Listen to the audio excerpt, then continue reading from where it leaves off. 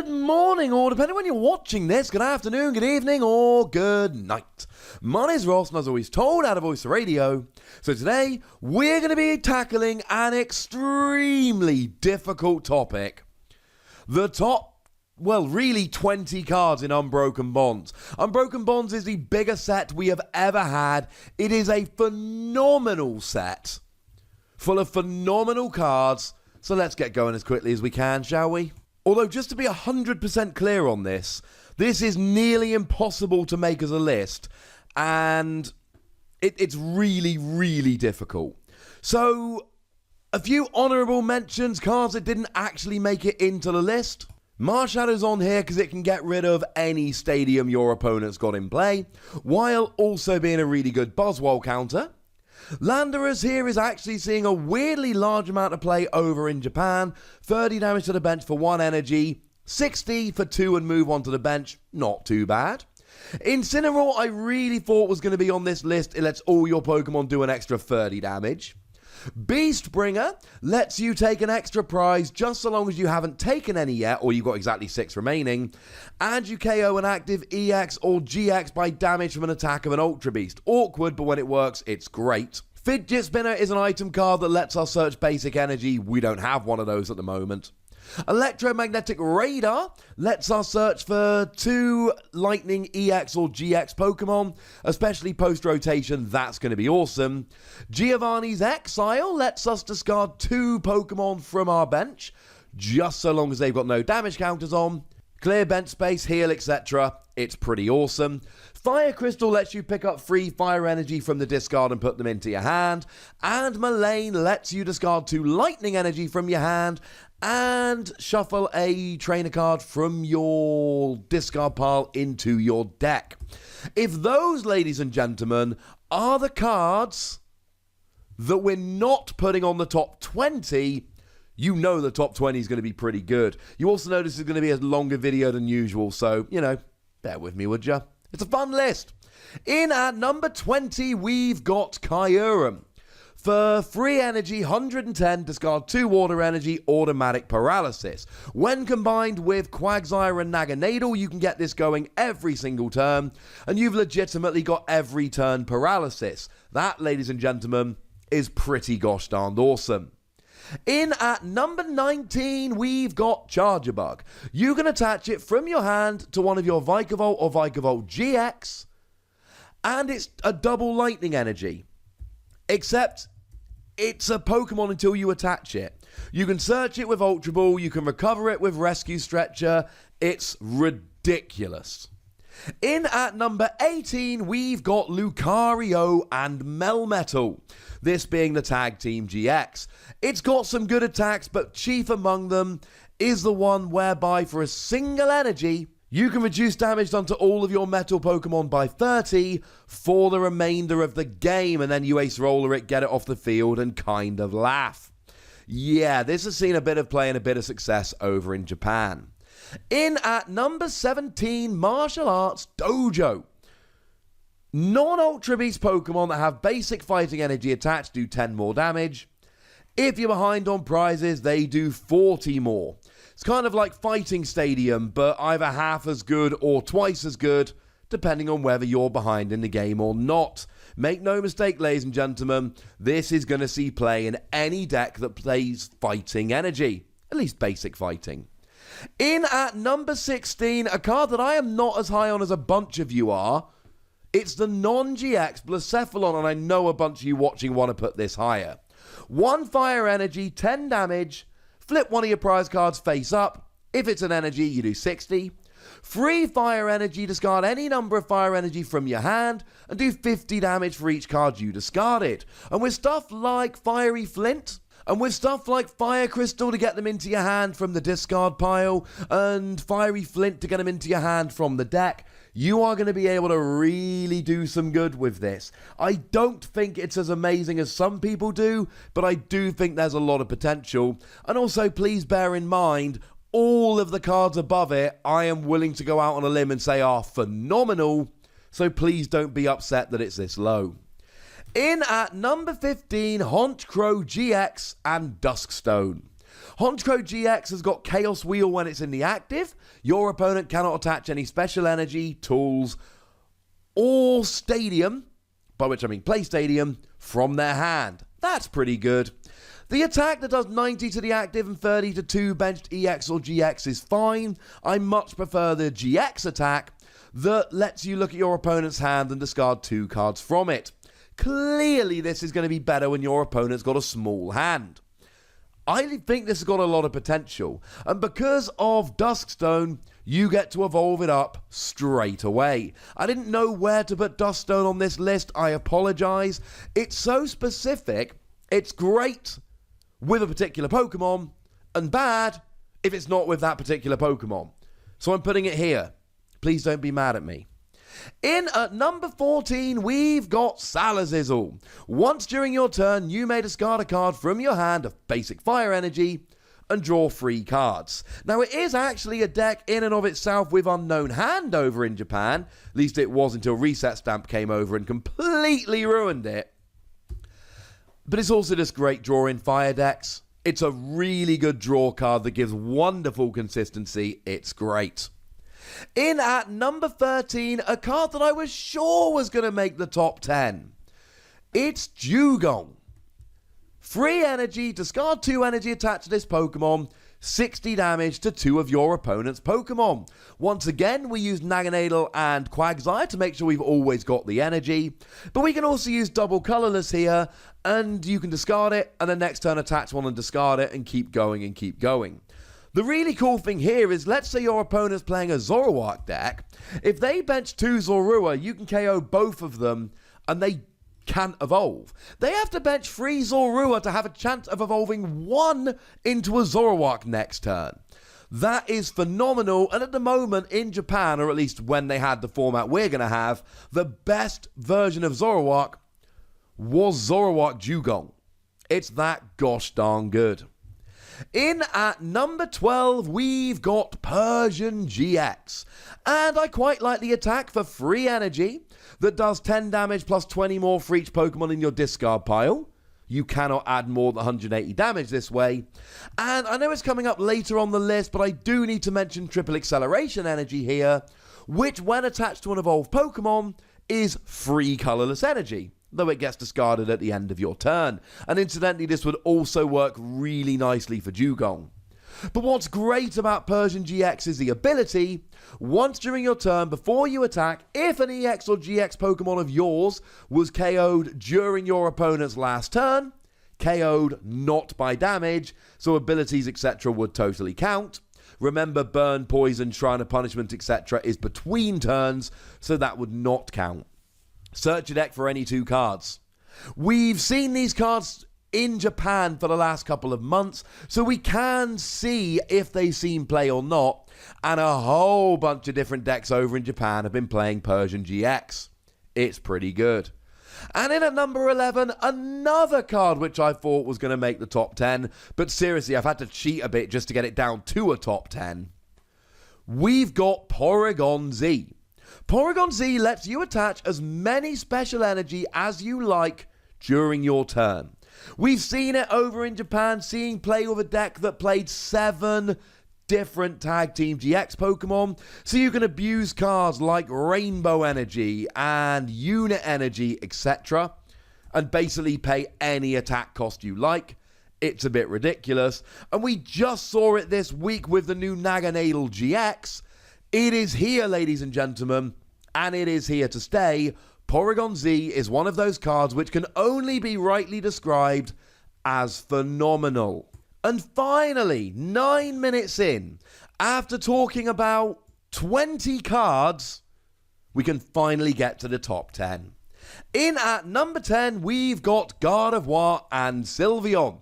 This is a deck which really was crushing in Japan for a little while. This has been one of the best decks in Japan since it came out. It's got a fun little attack that accelerates energy. You attach 1 to Gardevoir and Sylveon, and then you get to search for 2 and attach them to your bench Pokemon. You would then use Energy Switch, incidentally, to move it to the Pokemon you wanted. And then free energy, 150, and if you want, you can move energy around the field. And it does not have to be from this. It can be from any of your Pokemon to any of your Pokemon. And essentially what you want to do is try and manipulate the game state so that you are using Ace Roller the turn before you're going to get KO'd, but the turn after you've moved all of your energy to a new Pokemon. You then combine it with Fairy Charms to get immunity, let's say Fairy Charm Lightning, to get immunity from Pikachu and Zekrom Tag Team GX. And then all of a sudden, you can't be KO'd. What if your opponent draws something like a Field Blower? Well, that's where we use a GX attack here, which basically says that your opponent shuffles their entire hand into their deck if you've got 6 energy attached. That is not a position from which many decks can recover. In at number 9, we've got Triple Acceleration Energy. Free colorless energy when attached to an evolution Pokemon, but it gets discarded at the end of your turn. We actually saw this recently with the new Unpheasant, and we've seen it with Persian-GX, and we've seen it with Naganadel. We've actually seen PORYGON-Z has been enjoying playing with this. The point is, this is good with everything. Any evolved Pokemon that uses 2 or 3 colorless energy, I mean Zoroark's just got 4 more DCE for instance, yeah, it's phenomenal. In at number 8, we've got Power Plant, the card which is giving Shrine of Punishment a run for its money as random stadium to play if you don't need one. It gets rid of abilities from all Pokemon EX and GX, like Tapu Lele, like Zoroark, etc. It sees play in a whole bunch of decks. If you're not using EX and GX abilities, you should be considering using this card. In at number 7, I'm cheating a bit. It's Mewtwo and Mew. Mewtwo, and I've said this wrong in a couple of videos for which I apologise. When you play it from your hand onto your bench, put a supporter card on top of your deck. Now you'll need to use something like Pidgeotto to actually draw it, but that's really not a huge problem. It gets supporters back. It's great. And then we've got Mew that's got the bench barrier ability, whereby your bench Pokemon don't take damage from your opponent's attacks, like Pikachu and Zekrom's Tag Team GX attack, for instance, which does 170 to one of your bench Pokemon. Now, interestingly enough, Mewtwo does have a decent ability, 70 damage for free energy, not affected by any effects on the active Pokemon. You'll need something like Malamar to get enough energy on, but if you do, it's not a terrible attack. But really, it's Mew and Mewtwo, and they've both got great abilities, so I'm lumping them together.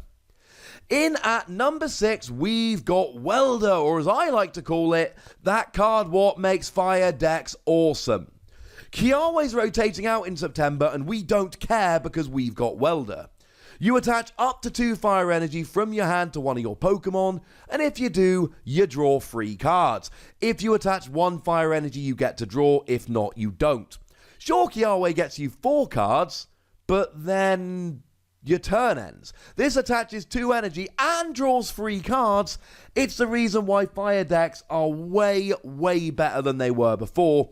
Make no mistake about it, for as long as this card is out, fire decks will have an unfair advantage. And when you factor in cards I've already shown you like Fire Crystal, like Fiery Flint, and it's not coming in Unbroken Bonds, it's in Unified Minds, but Giant Furnace is Viridian Forest, except instead of 1 basic energy, it's 2 basic fire. Make no mistake about it, Welder is over the top phenomenal. Now, at this stage, I'm giving kind of 5.5 to POKÉGEAR 3.0. It's not a new card, but it's the first reprint we've had for like a decade. And I don't generally put reprints onto my top 10 list, but this has been reprinted for the first time in a very long time, but it's still a reprint, so I'm putting it between 5 and 6. Because if it was eligible, this is where it would go. I'm struggling to decide if I think it's eligible or not, so I'm putting it in here. Look at the top 7 cards of your deck, find a supporter card, put it into your hand. Because of the supporters we're about to see slightly higher up on this list, it is seeing a lot of play in Japan right now. A lot of decks are playing it as a 4-of. It is really, really shaping the format, or at least helping to shape the format. Make no mistake, ladies and gentlemen, this is great, and it will see a phenomenal amount of play. And then we get into the top 5, and all of these 5 cards are in and of themselves game-breaking cards. The whole of the top 10 is phenomenal. Honestly, I think the top 17 are phenomenal. But I think the top 5 are all worthy of being number 1 in other sets. In at number 5, yes, really, it's DEDENNE-GX. DEDENNE-GX has a phenomenal ability whereby you put it from your hand onto your bench, discard your hand and draw 6 cards. It's the new Tapu Lele. And the reason it doesn't get number 1 is because other decks have other options. We don't need it like we needed Tapu Lele when Tapu Lele came out. Other decks, put it this way, there are a whole bunch of decks in Japan that are doing well without playing this card. It is phenomenal, but it's not necessary like Tapu Lele was. There are formats where this would have been the best card in the entire format, let alone the set. As it is, great draw card, not quite good enough for number 1. In at number 4, Mismagius and Duskstone. Again, I told you I don't know where to put Duskstone, so I'm just partnering it up with any character that can use it. Mismagius here has an out-and-out phenomenal ability whereby if it's on your bench, you can KO it and draw until you got 7 cards in your hand. Duskstone means you can just play down Misdreavus, immediately evolve it up. Remember, Duskstone doesn't just let you evolve. Duskstone searches Mismagius out and lets you evolve when you shouldn't be able to. It's that good. And not only does this give you speed, it puts you behind on prizes. And cards like Martial Arts Dojo want to be behind on prizes. Yes, there are going to be decks that don't want to play this for fear of losing the prize trade, but basically everyone else should be considering it. You give up a prize, it's ridiculous draw power, and there are plenty of decks out there that want to give up a prize. In at number 3, I'm cheating and I don't even care. It is Green Search, which isn't called Green Search. It's been translated as Green's Exploration, and Red's Challenge, which incidentally has been translated as Red's Challenge. Green Search is the better of the two. If you have no Pokemon with abilities in play, search your deck for 2 trainer cards and put them into your hand. This is basically a 4 of in any deck that doesn't play abilities. It's over the top. Red's Challenge, on the other hand, is Computer Search as a supporter card. Discard 2 cards from your hand, search your deck for any card. Drawing 1 or searching for 1 won't always give you the card advantage you need to win the game, but make no mistake about it, ladies and gentlemen, Red's Challenge is amazing, and Green's Exploration is over the top, ridiculously amazing. I'm lumping them together at number 3, but either of them I think is good enough to be number 3 on their own. In at number 2, we've got Lieutenant Surge's Strategy. It just lets you play 2 supporters. It's a card so good, I actually made 2 videos about it. It is ridiculous, ladies and gentlemen. Utterly, utterly ridiculous. I'm in love with this card. I think it's almost unfair how great this card is, and I don't even particularly mind, if I'm honest with you. I just think it's that good.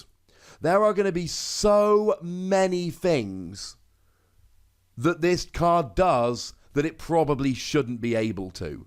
There are going to be turns where we can play a Red's Challenge to search for a Guzma and then play the Guzma because of Lieutenant Surge's Strategy.